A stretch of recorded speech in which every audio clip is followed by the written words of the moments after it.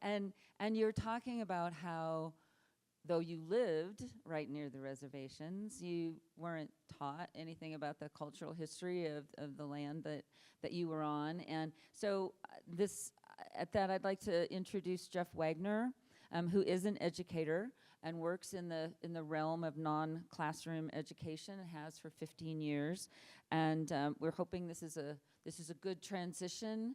And Jeff, I want you to take this next period of time to talk about your experience on the Colorado River and about Groundwork in general as well.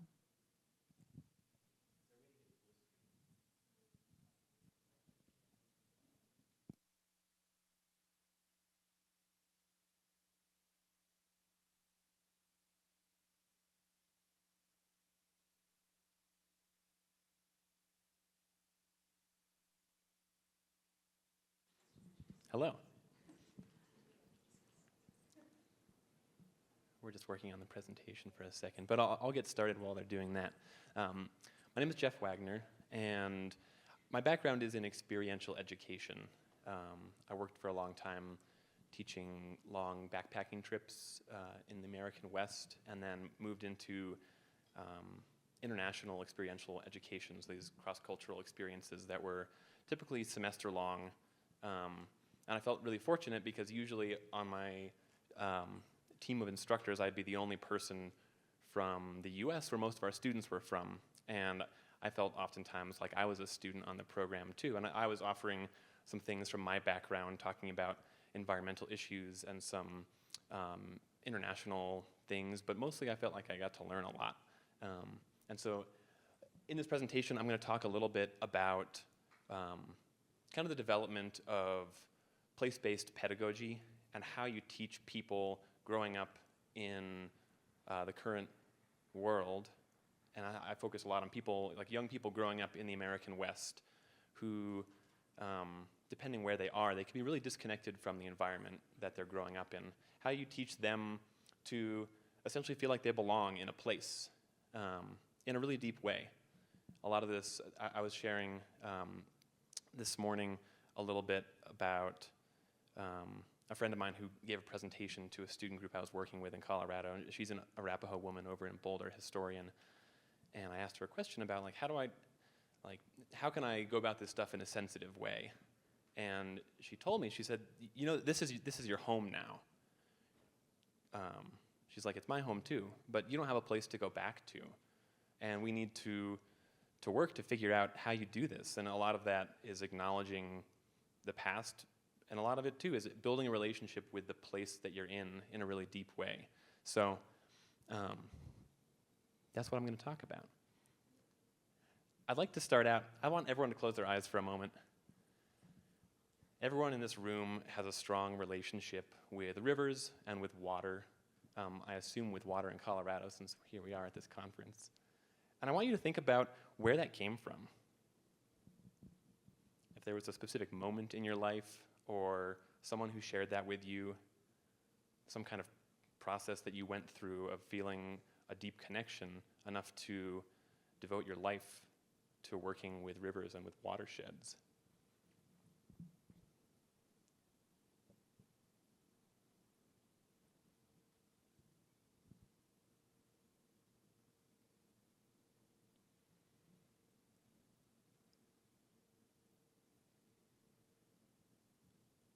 I think that for all of us, there's probably a different answer.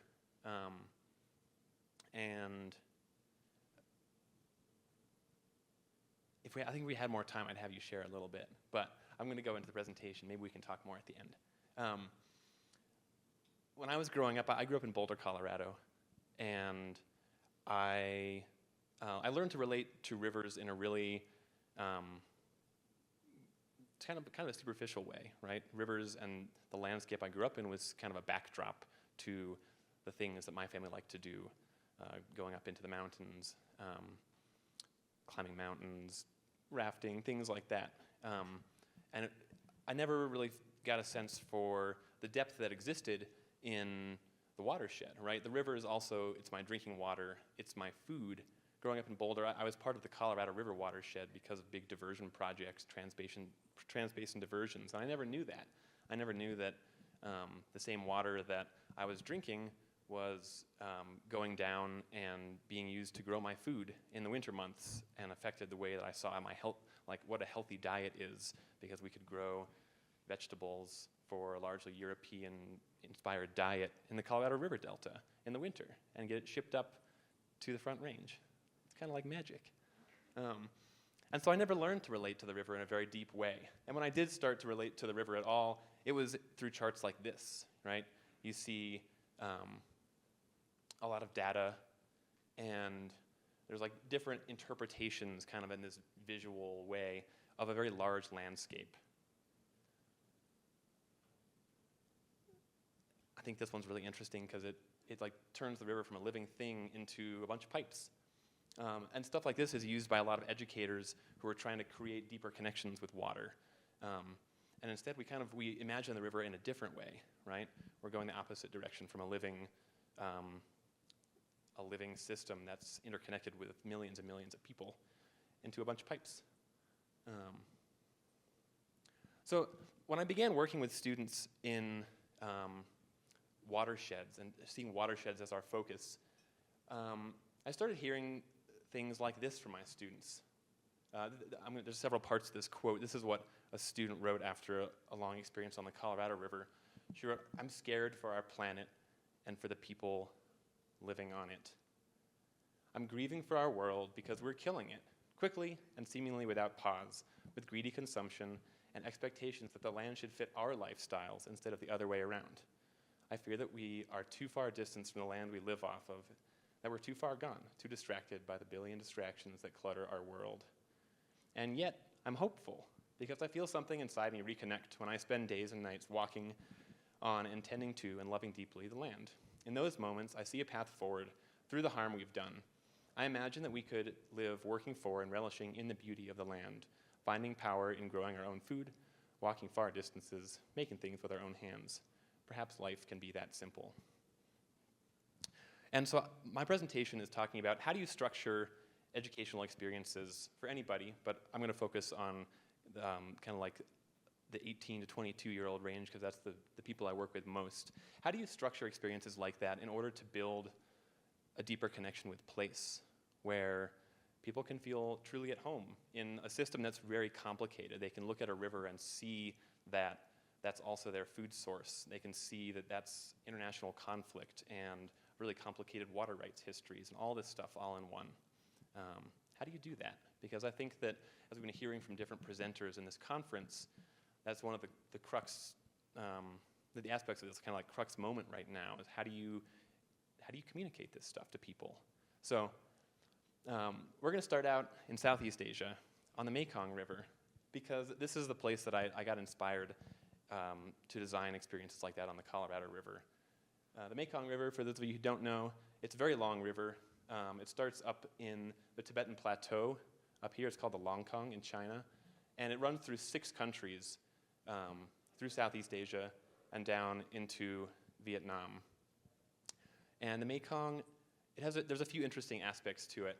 One is that, kind of like the Colorado River, there's this multinational element where the countries upstream have a lot of control, and countries downstream can try to get what they want out of river management, but can't always.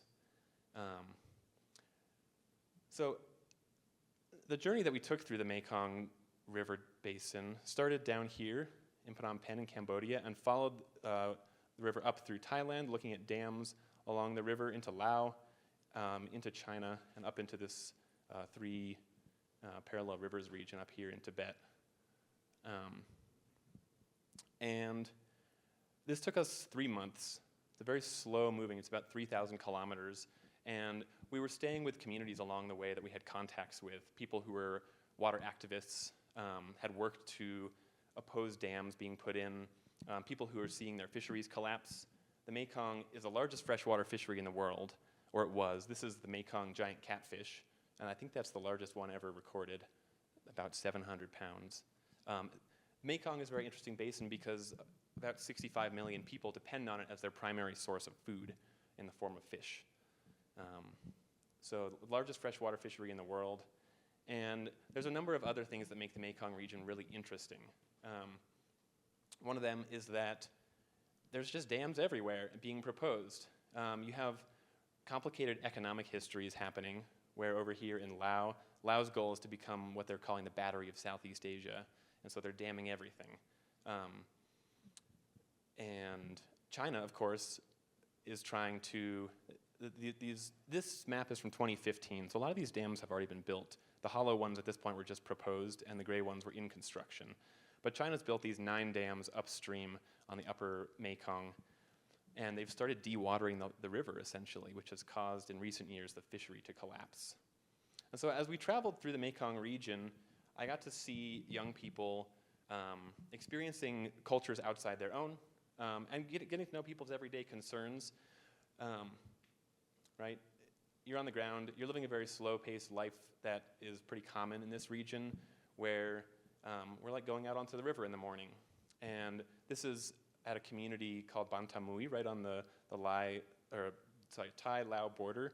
And this is the dry season, but the river is almost dead in this photo. We're about 30 meters above the riverbed, and in the wet season, the river would come up that high. It's a huge, huge river. And so we were there right when the fisheries were essentially collapsing. And it's a very visceral feeling when you go out in the morning onto the river and people aren't catching anything. And they were saying, oh, last year we were catching fish at least a meter long, and now we've got fish that are like 10 centimeters. And that's, they're like, we don't know what we're going to do. But you talk with these people as they, so these two are anti-dam activists. They spend a lot of time campaigning in Bangkok against a dam that would have flooded their village. And it would have been, it's on the mainstream of the Mekong River. When I was in school studying international water policy, we were reading papers that said, oh, like one more dam on the mainstream of the Mekong and the fishery is going to collapse. And sure enough, it did. But yeah, we got to experience people's daily lives and the cultures that they built around the region, rather than trying to turn the region into something different. So these are a bunch of locally sourced natural dyes, all the different colors that are made out of them. And I started to see this process happening as we opened up these really, really big issues. Instead of setting out with the goal of like answering a specific question, our course kind of just opened up every question all at once. And so here we are in Jinghong in southern China. This is a region where tea was originally cultivated and sent out across the world. So here's a bunch of different tea samples on the table. And tea is a really interesting way to look at this kind of complex way of opening up big questions, because as you look at the history of tea, it leads you down these different paths that all end at a more nuanced and personal relationship with history, right? We talk about the British tea trade. The US Revolution was all about tea taxes. That's what the Boston Tea Party was about taxes on tea coming from China that the British had a monopoly on. And then it's also related to all this modern economic stuff over here, historical trade routes that are being modernized into huge infrastructure. This is a train bridge being put over the Mekong River in Laos. And this thing is huge. It's like a mile-long bridge. And we had exercises like we would collect all of our trash. There's a big plastics pollution problem in the world, but especially in Thailand right now. We collected all of our trash, and we're like, what are the options for this? And the two options were we burn it or we throw it in the Mekong. And when you experience that dilemma, like you become a part of the place that you're in. You're like, well, I don't want to burn it because that's terrible. It releases horrible fumes. I don't want to watch that. I don't want to do that. But I also don't want to throw it in the river because we've been traveling along the river and I love this river. And it's really different than sitting in a classroom and saying like, oh, there's plastics, or oh, there's like water quality problems, or there's air quality problems, which all exist in this region. And I started to think about educating in this way as, rather than a class, as a pilgrimage. Because here we were traveling a long distance. We were carrying like tiny backpacks about the size of like this purple backpack here. And for months and months, we were just going, and our goal was pretty vague. It was like understanding And so this is my definition, kind of a loose outline of what do I think a pilgrimage could be. And it's a holistic exploration, trying to find wholeness, basically, in your way of understanding something. And down here at the end, there's this interesting concept in anthropology called liminality, where a liminal space is something that's created oftentimes in like ceremonies. You create a space that feels like an in-between zone where you're ready to like step out into something new. And the world kind of feels more connected. And that's what this experience felt like. So when the pandemic started, there's more slides. These are more pictures of what people experienced. Here's some earth and building projects in China.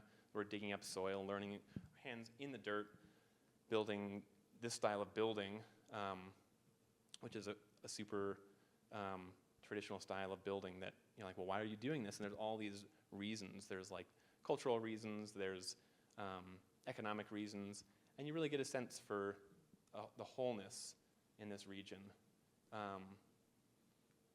This woman here, my coworker Tavri, she's a women's rights activist in Cambodia. Got to learn a lot from her. Here's the Mekong up in China. Here's Tavri again, and us sitting in her village, hearing people's stories. And her village is on this island in the Mekong River in Cambodia. And so we're going out and swimming in the river every day, and you get to see these like huge, these are like sand waves in the river left by the wet season. Lots of happy pictures of people living daily life in Southeast Asia. Great. So during the pandemic, I got to design a program that followed the Colorado River. So here's the Colorado River Basin. Imagine in your mind for a second where you would take people on a 3-month journey along the Colorado River in order to gain a deep sense of place. Who would you talk to? What would you eat? How would you travel? And this is the task that we got to do in fall of 2020. This was the route that we ended up designing. So we started over on the Front Range.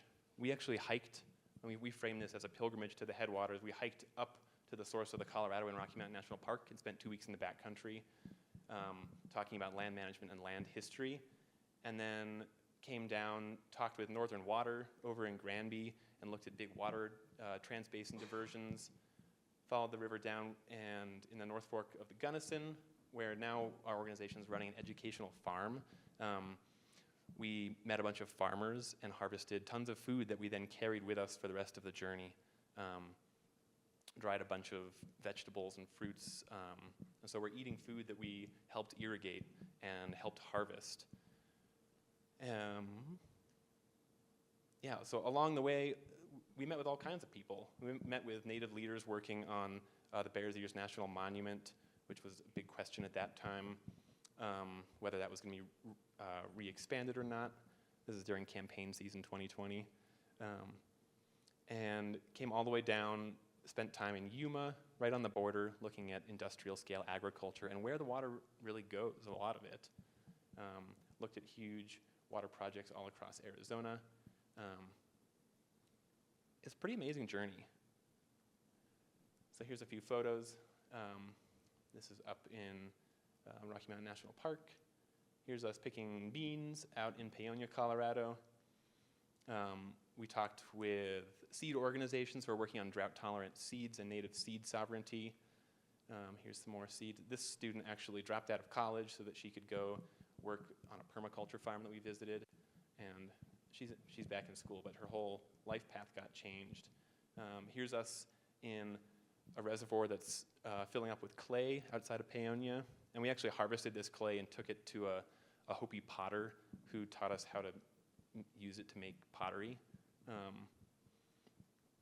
And so as we expanded this question of like, what does it mean to feel at home in this place? How do I engage well with this place?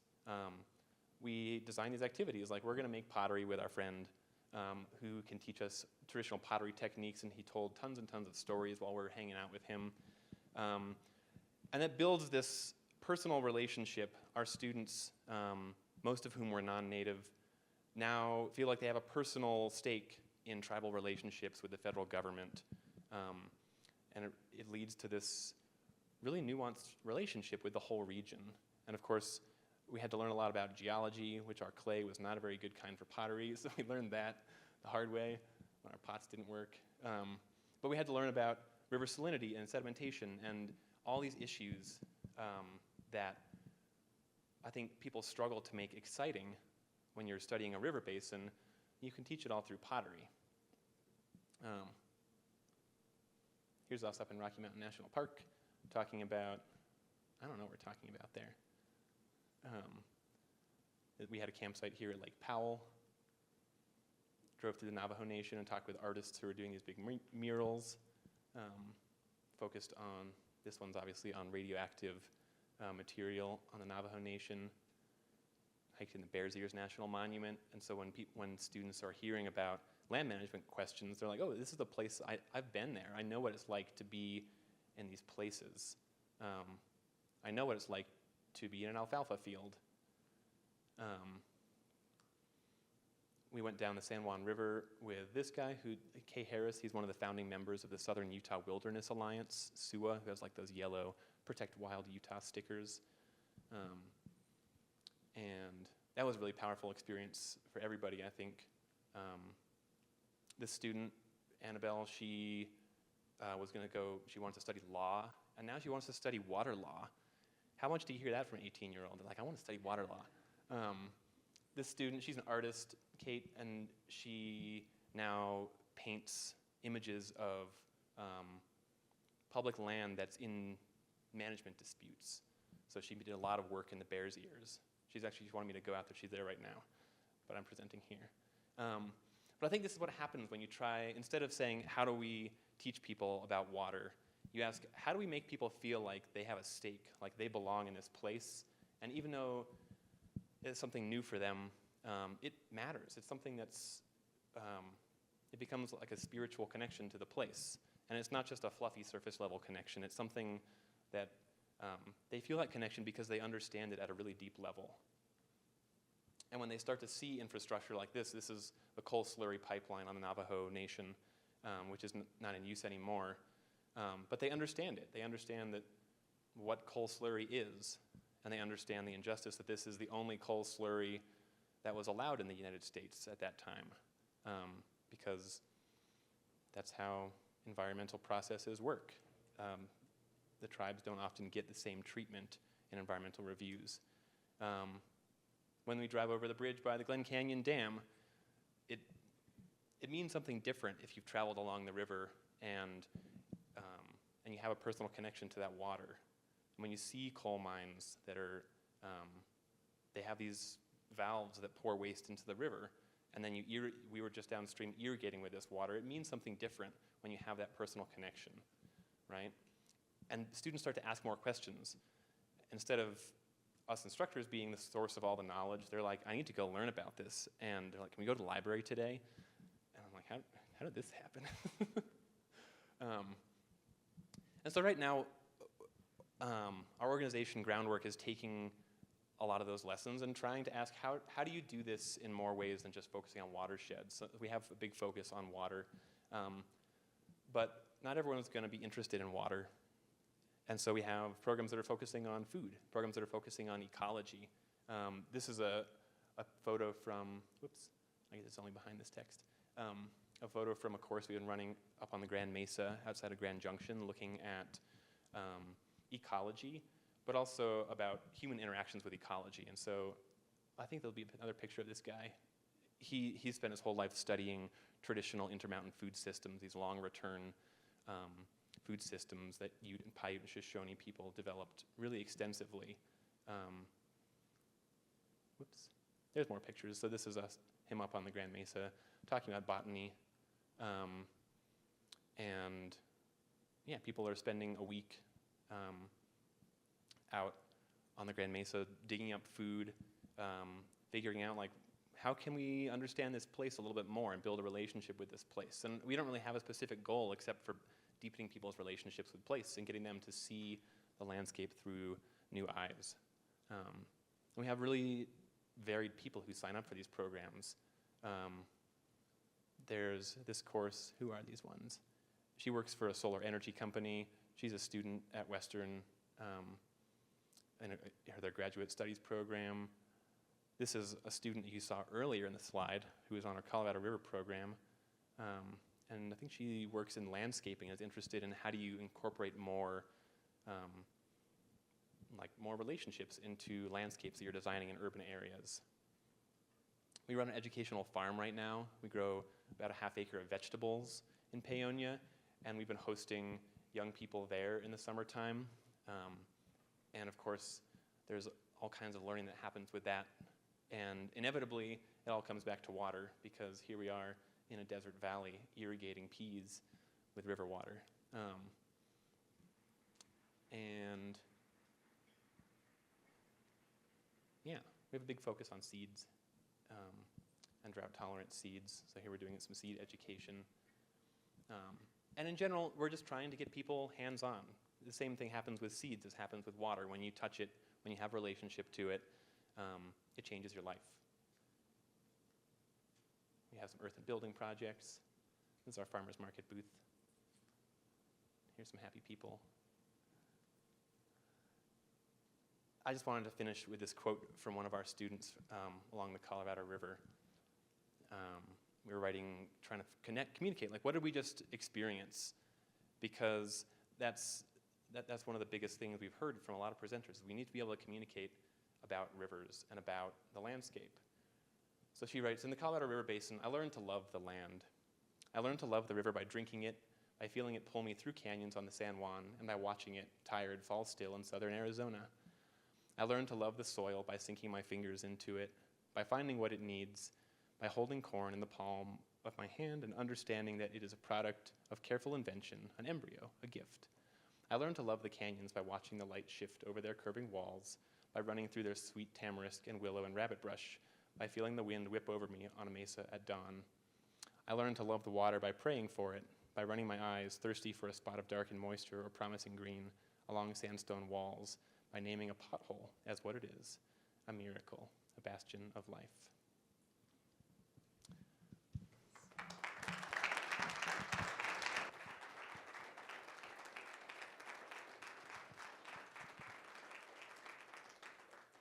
Thank you very much, Patrick. I would like to also point out that Groundwork has a display booth.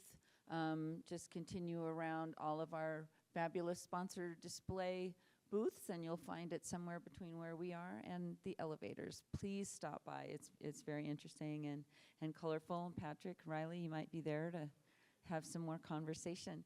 Okay, any questions?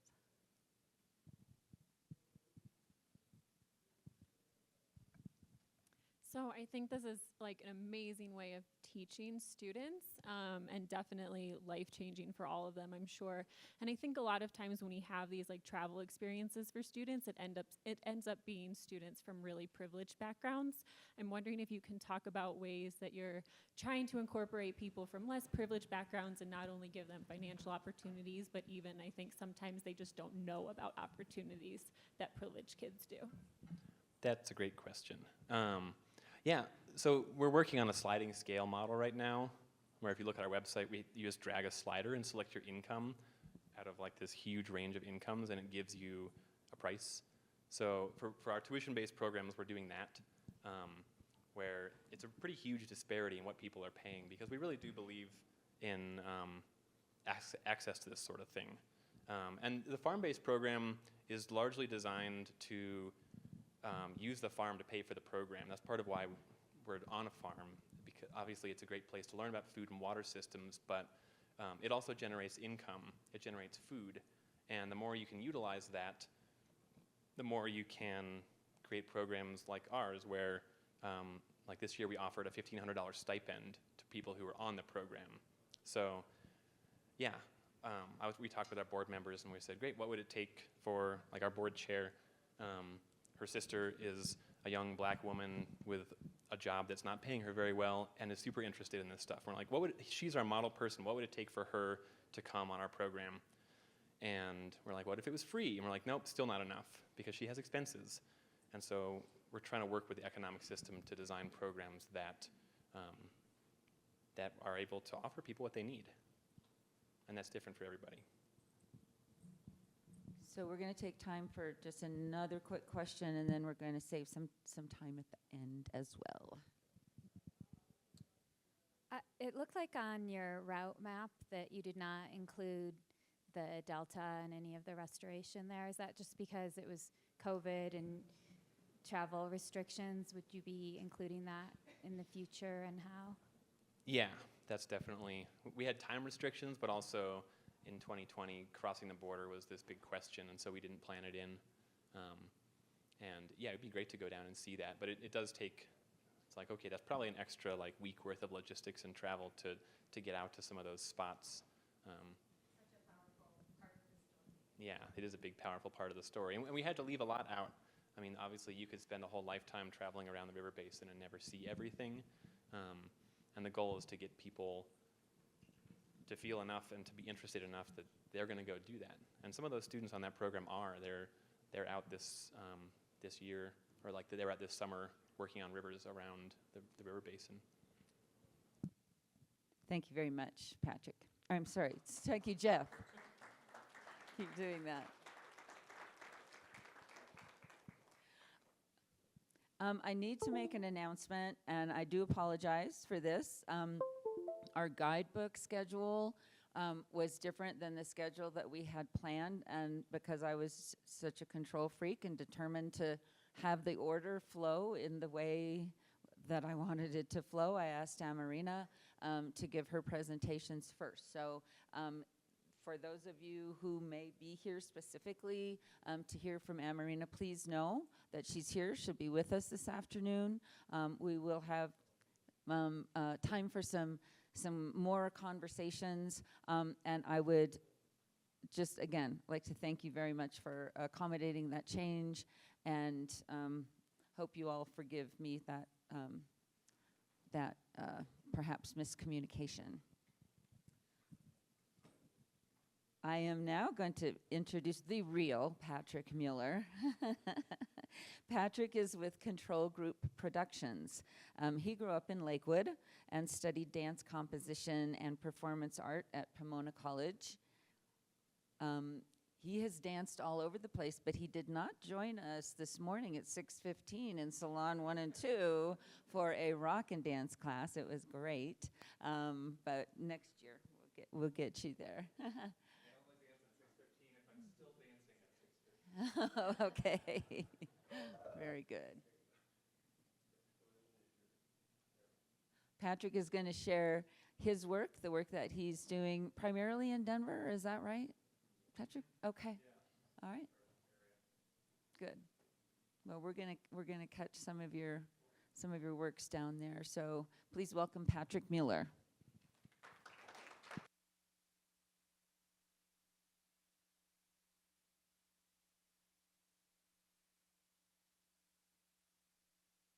There you go, much better. I apologize, I'm going to be reading a good bit of this. I am not used to presenting to a room of scientists. I'm much more comfortable being very serious about my work in front of a bunch of artists. So I will try to be as serious as I can. But I think this is as much a pitch as it is an educational session, honestly. I'm here to talk about making art about water and about art and science partnerships, art-science community partnerships, and both, I think for my field, how we can become more engaged with topics that are urgent to our world, and I think for the field of water science, and particularly science communication, how useful we can be to that process. So I work in, and I'm sorry, I'm running this in 2 different places in order to read. If I do a second touch, will it play the video? I need my notes on the 3rd screen, as many screens as possible.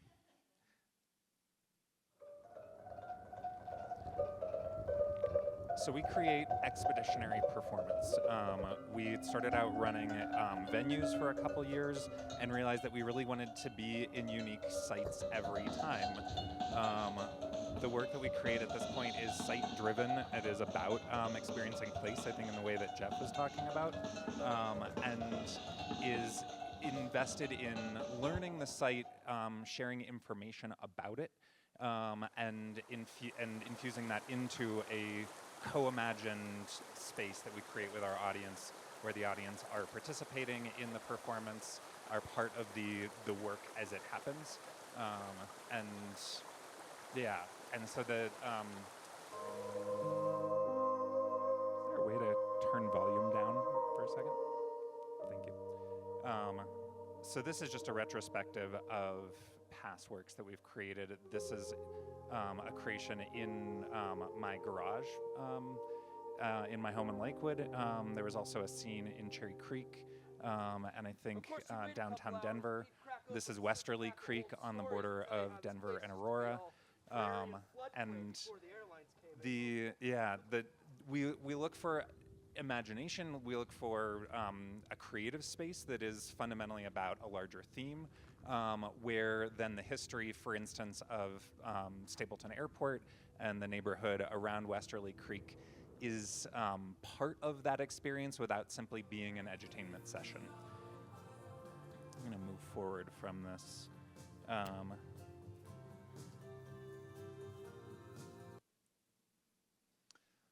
So in 2020, we started work on a series that we call Treeline. The series is about how humans meet the natural world in the Anthropocene age, and it is specifically about promoting connection with a natural world that's not always comfortably habitable. Thinking along the lines of one of Jeff's quotes, the idea that we're meeting the world and finding how we find a place there instead of enforcing our desired lifestyle on it. And the work is, in each project, we're looking to shift perspectives. We're looking to encourage behavior change, simple things about environmental damage and flattening the carbon curve, but I think working from a point of connection with place. This is the first of several projects that we've created thus far. We went to South Platte Park in Littleton, Colorado, and spent most of the spring of 2021, or the first half of 2021, working there, talking with residents who use the park regularly, tracking down folks who lived through the 1965 South Platte flood, and working with park rangers to create a show that was both simply about being in nature and enjoying like simple actions. We made music together with sticks and rocks. We had a short sort of meditation in a meadow, had everybody stick their hands in the river as we were using a variety of, I think it's sort of uniquely made by the music artists, instruments that have water inside that create the sound. And then in the middle of that, we did storytelling around the 65 flood, talking about it from the perspective of being in the riverbed, being able to point to the branch on the tree that was the height of the flood surge peak in June of 65. And using that, I think, again, in the same way that Jeff set me up for perfectly, to not just talk in the hypothetical, to not read it out of a history book, but to sit in the place and imagine the water, to see the buried train car and imagine its track down the river. And then as sort of a sideline, we worked with the park rangers to identify sites that had a lot of invasive species that we could happily trample, other sites where we could actually give the audience bits and pieces of information about particularly useful or fragile native species that need our attention, that we can look for in our gardens, to, if you have some rogue seeds that are sprouting, to promote instead of weed out. And so these sort of small gestures of connection. I think we talked a lot about planting seeds in this project. that people take home and that take them, into their interest direction, whether it's specifically water or the history of the flood or the native species or specifically the edible species in the park. We then also in 2020 through 2021 created, we were used to going out into sites, really immersing ourselves in them, taking our audience into that experience because they are, it creates a unique space for empathy and lived experience. That was not possible in 2020 much at all, and specifically in the project that we were very interested in addressing a burn scar and looking at how to responsibly introduce human presence in an area that mostly needs our absence to recover. We recognized pretty early on there was no responsible way to bring an audience there, and so we created a photo and video installation, also found objects from the site that we worked in. I think I would say this is probably the least informative of our recent works for the audience, but infused it again with just bits and pieces of locating it on the map, locating it, I think, in people's lived experience, and then talking about giving very clear, specific reasons. We didn't take you here because of this, and a bit of sort of 101 on post-burn revegetation. And I do want to say the last two projects were entirely ad hoc. Our funding was all folded into emergency general operating over the pandemic or over the first year. And we wanted to keep our folks working and put those funds responsibly to use. And these are the projects we came up with.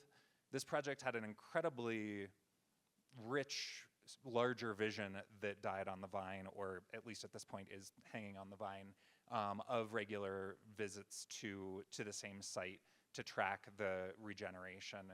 And that did not have any funding, and instead was sort of pushed, everything was pushed out of the way for a project we had been working on since 2018, planning to mount in 2020, and instead presented in 2022.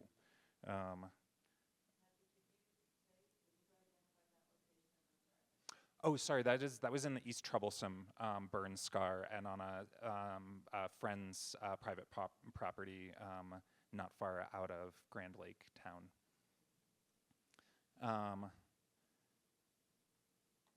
Is that the video already? So this is, in 2022, we took guests on a bus tour of Denver's climate future.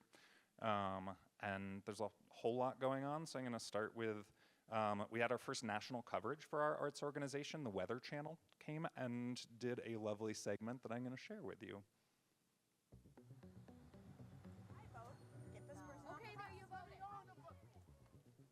I felt very pulled into it. It felt very real. For Cassidy Wagner, the end was not an ordinary play. It made me feel less prepared for a post-apocalyptic world. Like it's just exposed me to something that feels really unfamiliar from my everyday life. You're here because you had the foresight to realize what was coming. We're on the precipice, and it's a time of great change. It really takes you into the environment as opposed to like seeing a show on stage. You're in the world. That makes it much more real, and for me, affected me emotionally almost immediately.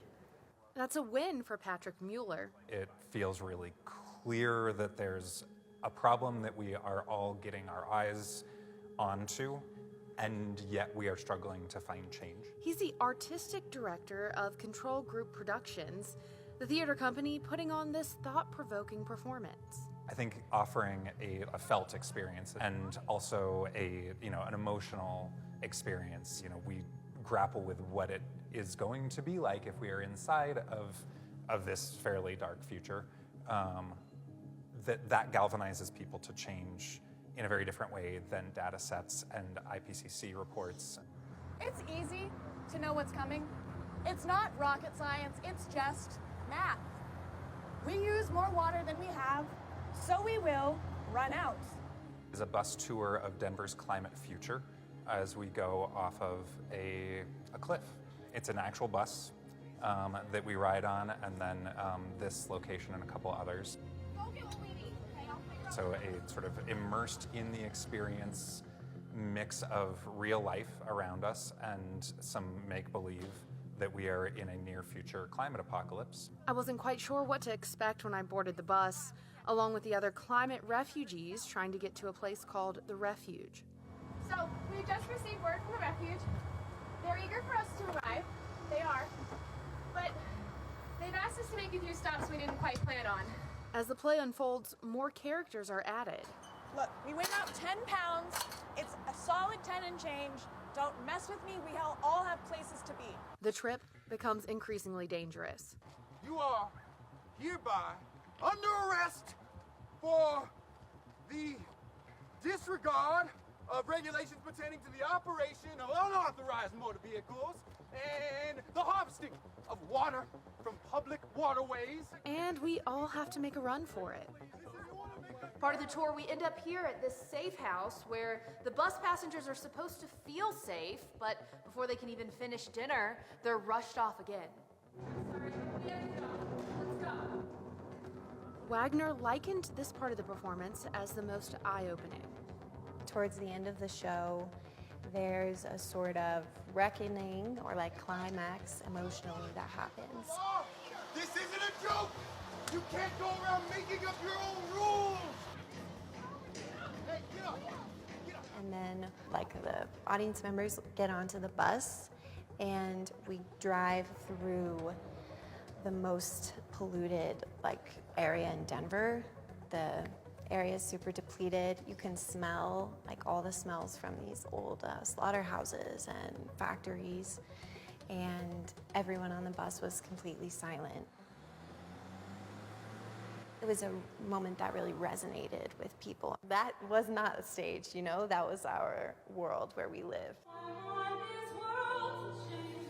I think we are offering therapy and definitely not optimism, but a path forward that we talk about very much in terms of like, we need to put aside hope and get to work and do the work because it needs to happen and not because we think it's going to bring us back to the world that you and I grew up in, but because it's the difference between this trajectory and this trajectory. I think the show helps build awareness on how we can act locally in our community and help each other to create a better environment, even just like our daily lives in small ways. Awareness is my first call to action.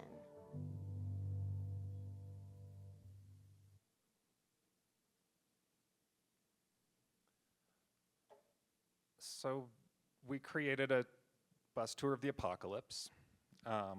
We aim to be as intersectional and systemic as possible. The show starts with a 10-minute monologue about all of the ways the world is definitely going to end, from food supply shortages to nuclear-backed ground wars.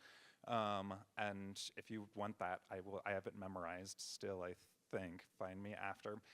It's assaulting, it's overwhelming, and then we drop into this bus ride that takes everybody back to summer camp or elementary school to the feeling of a field trip.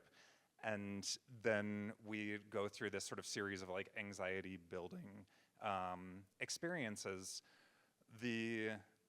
What we, I think, achieved through that, I mean, I think it was an exciting arts event and just fun and fulfilling on its own merits.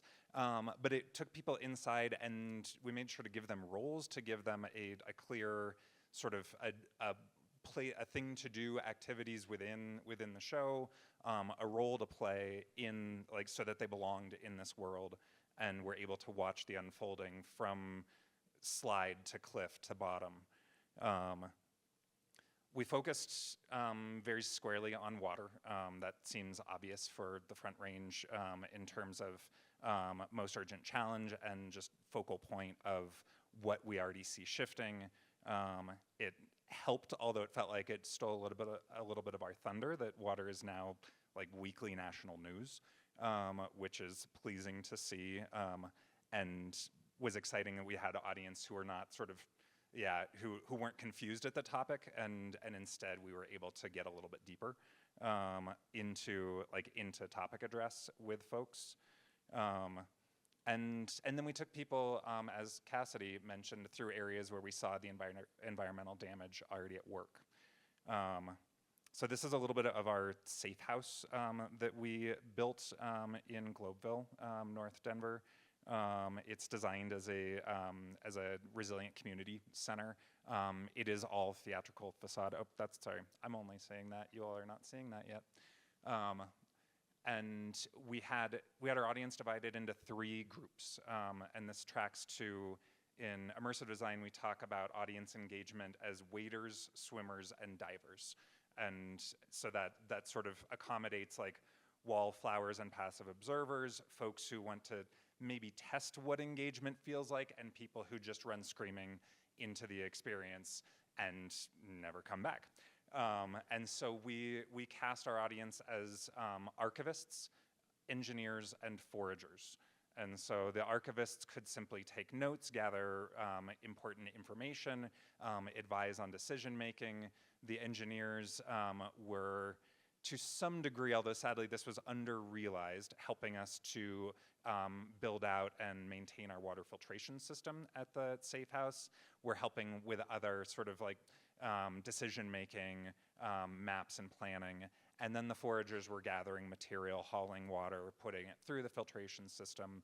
And the participation was entirely invitational. And what we found is, regardless of whether people jumped at the invitation or fully just like stopped and watched, crossed their arms, decided they were audience members, that it gave them that sense of belonging that comes with being inside of the world that you're witnessing.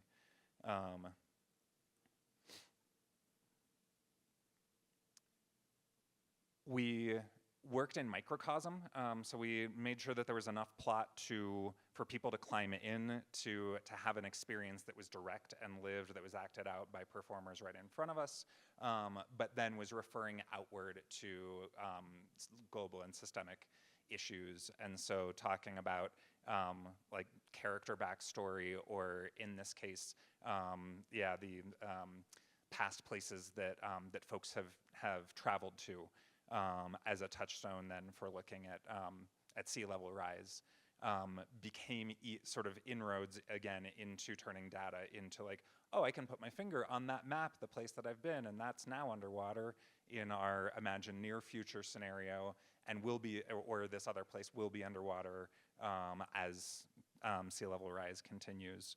There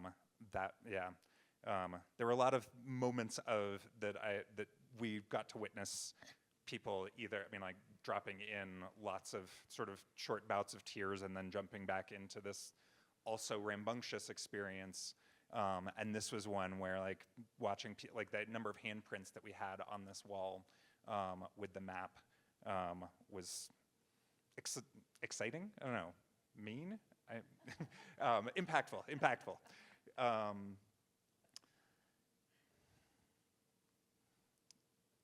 One of the goals with the show was to do small bits of remediation of environmental impact directly. We had start locations at 8 different sites in the metro area, so that folks wouldn't have to drive across town to then climb on a bus and drive right past their own neighborhood, possibly. And then we infused that with this sort of co-imagined with our audience space, where we are taking people to a mythical refuge. Spoiler, we never reach the refuge or find out whether it exists. And we use that instead as sort of a platform for talking about where we are placing our hope and where we are placing our action. And again, sort of with the microcosm of like, we have this community on the bus who is, who is working to survive in this moment as we go from slide to cliff to bottom.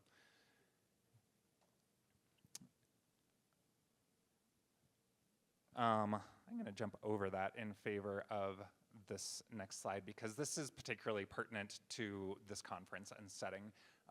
We had a scene in Globeville Landing Park, which happily, I was able to track down Joshua Eldridge, who I think is presenting here today as well, and had a lovely 80-minute interview with him about his design of this park in 2018. It's built on top of a landfill. It's in a Superfund site with a bunch of heavy metals in the topsoil that still runs off. And he worked to build this park not only to not carry any of that into the water, but to actually clean the water that was insulated from both of those toxic vectors. And we boiled that down into a 4-minute monologue by our gardener, who is harvesting water there and talking about how the plants are helping to filter the water, about the UV vault that the water is passed through. A little bit of, hopefully, an infomercial for Josh specifically, but a way of like standing on the site and talking about the process that's at work under our feet, and then the sort of climactic moment that we saw, we lose all of the performers. They're stopping the civic authorities from stopping the bus, and we help the passengers escape with the driver, and we send them through North Denver and Commerce City. We go past recycling centers where you're getting a bunch of aerated rot and metal. We go past the Cherokee generating station, and then we go straight through the middle of the Suncor refinery. And I think this was the scene that was most commented on by audience members, that just the smell of this area, and there are neighborhoods directly adjacent to it that you can see as well, that are clearly, this is the daily air that they are breathing. That sort of, we went from this oh, it's still all make believe. These actors are having a fight, to then no, this is a real life. Like apocalypse in motion for this community in North Denver, and that, I think that premise that this isn't the future, this is very much the present. We kept sort of coming back to that, and I don't want to say tricking, but coaxing people into make believe, and then putting them right back in a world that they very much recognized. We then ended at the confluence of Clear Creek into the Platte. And fun little sort of sideline partnership. Thornton Water gave us permission to bring our bus through their lift station there to do our pickup. And we sort of structured this as 3 acts, but the third act didn't have any plot. We told the audience, we're going to ditch that, and we're just going to talk about the issues in front of us. And sort of segued it from there then directly into post-show conversation with full audience, and breaking into small groups that was contents curated from environmental justice organizations in the neighborhood, and then asking people to reflect, starting from personal and moving out toward then simple actions that they could take, what they see as possible in their community. I realize we're running out of time, huh? We are, yeah. I have a bunch of slides about all of our, I'm going to just throw them up there. These are all the people we consulted with or partnered with on this project. This is my reading list. Because so much of the research was conducted during the pandemic, we leaned strongly into published materials to gather whatever we could. And these are a couple closing thoughts about, so what I did not touch on is we partnered in lovely ways with some helpful scientists, with folks at Water Education Colorado and elsewhere. We also partnered with communities in that area, and that model of creating art very much in dialogue with the science, in dialogue with communities, does something very different than when we think of, like, I don't know, immersive Van Gogh. I don't know if folks outside of the immersive community, if you all are keyed into how overused that word is. I'll end it there. Patrick.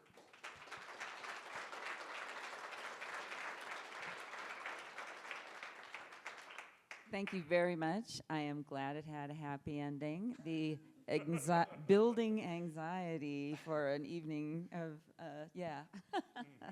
Thank you for sharing that. I think I've done that to my husband when I take him on our annual bird walks on the South Platte River between the confluence of Cherry Creek and Pioneer Cemetery, which is right there by Suncor. There are drives through Denver that are incredibly eye-opening, and I just think it's fascinating that you're doing that. So thank you. And I wish we had a lot more time for us to talk together, but one of the things that kind of resonated throughout the three presentations was just this idea of forcing our desired lifestyle onto the earth and onto the planet. And that's good if your desired lifestyle is helpful and, you know, if you and your tribe like it. But we'll just have that, I hope, to think about and to carry with us. We're not done at the conference. We have other opportunities to network. I'd like to ask our speakers to please stand, and so you all can recognize them, and when you see them, chat them up. And Amory and I do have one question for you. One of the things, and we try to do, we're trying, but you know, we're at a disadvantage because we don't know how to do what we've never done before. So we invite people to this conference and other opportunities that we have, and it has been suggested to us that maybe we should go to where the people we want to get to know are, but we don't know how to do that. And what would you suggest? Are there ways to get invited? Are there places that, you know, are there gatherings or conferences or other kinds of opportunities for us to come and just listen and learn from your culture and from, you know, again, other places we're not so familiar with? We don't even know what we don't know. That's a good question. Yeah, how do we engage with, are you talking just like indigenous peoples or with just diverse communities and their engagement with water?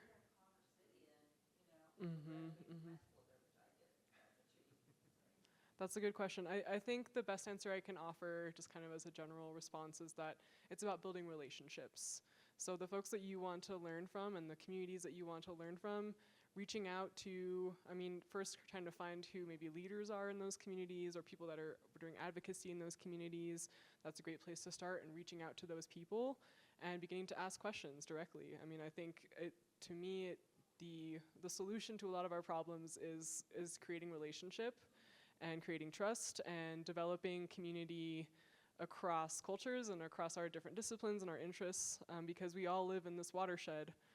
Whether you're on the Front Range or not, you know, we're all using the Colorado River, and that's something that unites us. And if we can be even more united over time and have strong relationships, that's how we can find common solutions for our common problems.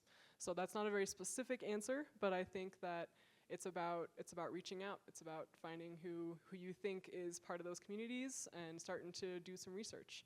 It's really a lot of personal work, I would say. So hopefully that answers your question. Well, I appreciate the answer, and it's not apocalyptic, so that's good news. I feel like optimism is also important, but you know, there's a balance. There's a balance Yes. of engaging with the truth, but also in holding optimism and holding for that possibility of all of us working together. That's where I stand with it. And I'll just close then by reminding everybody about the Colorado Water Plan.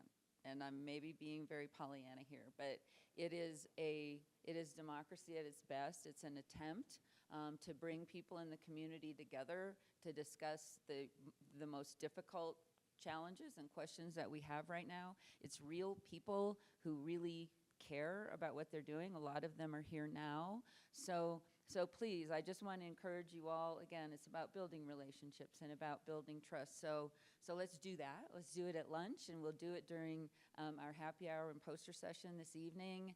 And I hope you've enjoyed this presentation. I really have, and I thank our presenters once again. Thank you.